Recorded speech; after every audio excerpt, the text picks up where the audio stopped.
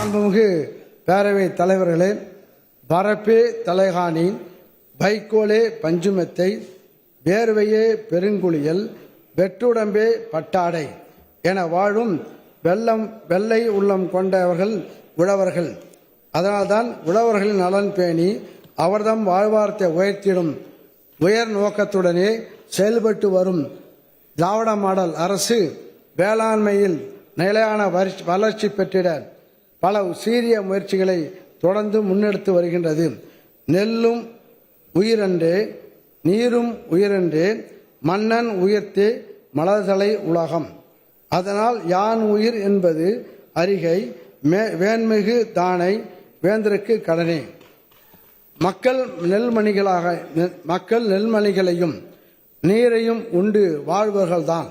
என்றாலும் அந்த நெல்லும் அவர்களுக்கு உயிர் அன்று, நீரும் உயிரன்று, மன்னன் தான் அவர்களுக்கு உயிர்.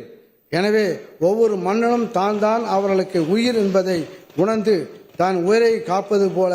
குடிமக்களை காப்பாற்ற வேண்டும் என்று புறநானூற்று பாடலில் புலவர் மோசிக்கிரனார் கூறியுள்ளது போல் மக்களின் நலமே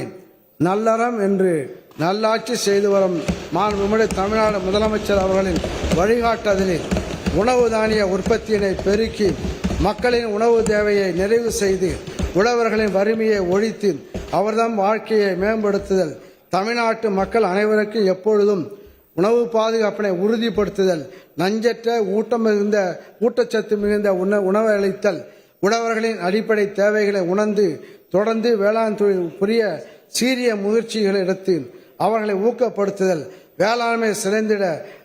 இயற்கை அன்னை வாரி வழங்கியுள்ள நல் வளங்களை சீராக பயன்படுத்தும் முறைகளை கையாளுதல்,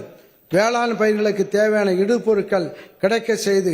அனைவரையும் உள்ளடக்கிய ஒருங்கிணைந்த நிலையான வளர்ச்சியை அடைதல் ஆகிய நற்பணிகளை செவ்வனே மேற்கொள்ள